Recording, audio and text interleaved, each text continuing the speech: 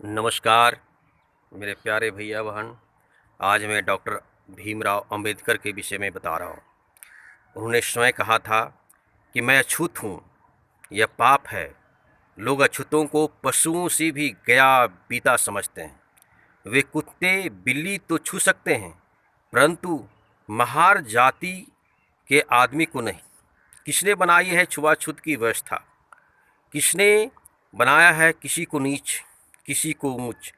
भगवान ने? हरगिज नहीं, वह ऐसा नहीं करता। वह सबको समान रूप से जन्म देता है। यह बुराई तो मनुष्य ने पैदा की है, मैं इससे समाप्त करके ही रहूँगा। अपने मन में इस निश्चय का अंत करने वाले डॉक्टर भीमराव अंबेडकर मध्य प्रदेश के महू नगर की धरती पर 14 अप्रैल 1891 को एक महार परिवार में जन्मे। पिता रामजी सकपाल की 14वीं संतान के रूप में थे। माँ भीमाबाई के दुलार व प्यार के ममता रूपी आंगन में मात्र 5 वर्ष तक ही खेल पाए। बदले में मिला चाची मीराबाई का उदार प्यार। अम्बेडकर को चाची प्यार में भीवा नाम से पुकारा करती थी। कालांतर में यही बालक भीमराव रामजी अम्बेडकर कहलाए। देखिए, बचपन और छुआछूत से कैसे प्रभावित थे। उस वक्त भारत गोरी सरकार की गिरफ्त में था और भारत पर उसका एक छत्र राज्य था। अंग्रेज हिंदुओं में इस छुआछूत रूपी बीज को डालकर फूट डालो और शासन करो की फसल काट रहे थे और हिंदू फंसे थे।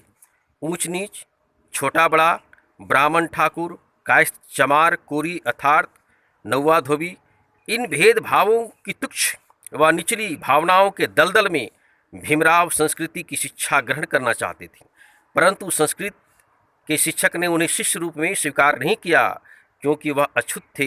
विवश होकर उनको फारसी भाषा का अध्ययन करना पड़ा। अध्यापक उनके अभ्यास पुस्तिका तथा कलम तक भी नहीं छू सकते थे। उन्हें पूरे दिन स्कूल में प्यासा रहना पड़ता था, क्योंकि अछूत होने के कारण वह पानी भी नहीं पी सकते थे। सन 1905 में रामाबाई नाम की कन्या से शादी कर पिताजी के साथ बम्बई पहुंच गए और एल्फिंस्टन स्कूल में प्रवेश किया, जहां छुआछूत की भावना कुछ कम थी।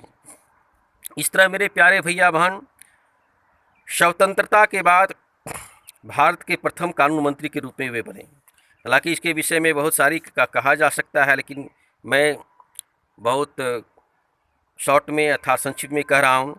15 अगस्त 1947 को भारत की स्वतंत्र होते ही पंडित जवाहरलाल नेहरू के नेतृत्व में बनी सरकार में स्वतंत्र भारत के प्रथम कानून मंत्री का पद संभाला। उन्होंने अपने समय में भारत के पुराने कानूनों में संशोधन करना चाहा, परंतु पंडित जवाहरलाल नेहरू से इस संबंध में मतभेद हो जाने के परिणाम स्वरूप सन 1951 में ही अपने पद से त्याग पर देना पड़ा। सरकार से अलग होकर डॉक्टर भीमराव पूरी शक्ति से अछूतों की सेवा में जुट गए।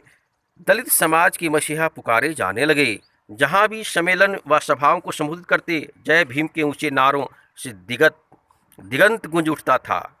पंडित जवाहरलाल नेहरू की सरकार से त्याग पत्र तो क्या दिया, उन अभागे हिंदुओं को एक सबक दिया, जिनकी रग रग में छुआछूत व नफरत का विष समाया हुआ था।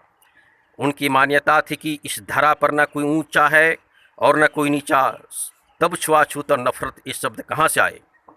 5 जून 1952 को कोलंबिया विश्वविद्यालय ने एक विशेष दीक्षांत समारोह में विधि ज्ञान के श्रवणार्थ उन्हें LL.D की उपाधि देकर विभूषित किया तथा इन शब्दों में उनके प्रति सम्मान व्यक्त किया। डॉक्टर भीमराव भारत के ही नहीं, विश्व के महान नागरिक हैं। वह एक महान समाज सुधारक होने के साथ साथ महान मानवतावादी तथा मानवाधिकारी के सबल पक्षधर भी हैं। अछूतों का इतिहास शूद्र कौन थे नामक पुस्तक में वर्णित है। भाषाई राज्यों पर विचार, उनकी दूसरी पुस्तक सन 1955 में भी प्रकाशित हुई मेरे प्यारे भैया बहन। अब आगे देखिए, उन्होंने हिंदू धर्म में जो छुआछूत की भावना थी उससे वे थोड़ा सा मतभेद होकर वे बौद्ध धर्म को की ओर चले गए। डॉक्टर अम्बेडकर हिंदू धर्म ही नहीं, वह किसी भी धर्म के विरोध नहीं थे। धर्म मनुष्य के लिए आवश्यक है, यह स्वयं जानते थे। उनकी लड़ाई हिंदू धर्म से नहीं, लड़ाई तो छुआछूत और नफरत से थी, जिसने स्वयं मनुष्य ने अन्य वर्गों की तुलना में अपने को ऊंच तथा श्रेष्ठ होने का दावा किया है, इन शब्दों का धर्म में कोई स्थान नहीं है। यह तो मनुष्य ने स्वयं धर्म के नाम पर किए हैं।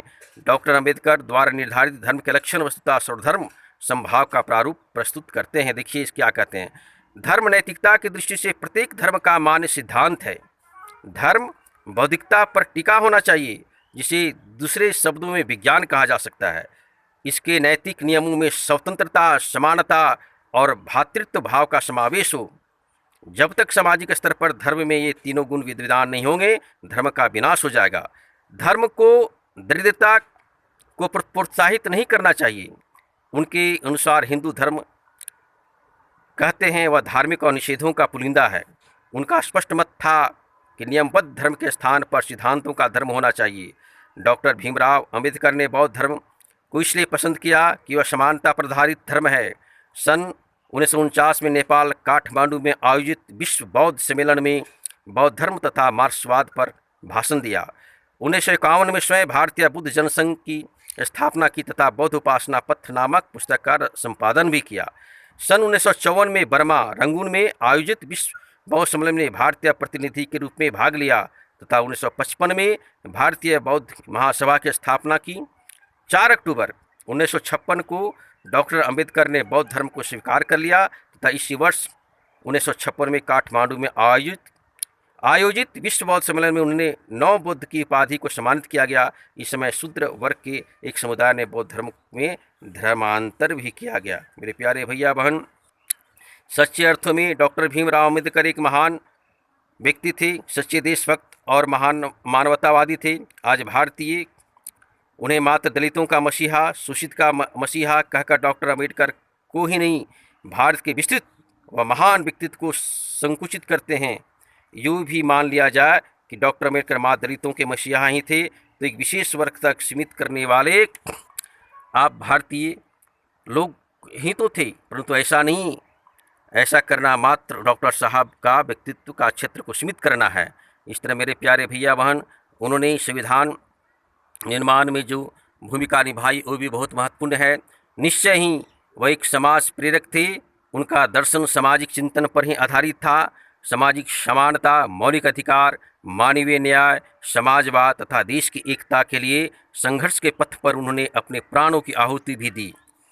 जब कभी भी उनकी पुण्यतिथि आए तब सच्ची श्रद्धांजलि मात्र नाम पुकार कर नहीं, बल्कि उनके काम को भारतीय समाज में व्यवहारिक रूप देने में होगी। सतनमन। अच्छा लगे तो शेयर करेंगे भैया। इसके विषय में तो बहुत कुछ कहा जा सकता है, लेकिन मैं संक्षिप्त में कुछ बताया हूँ। नमन।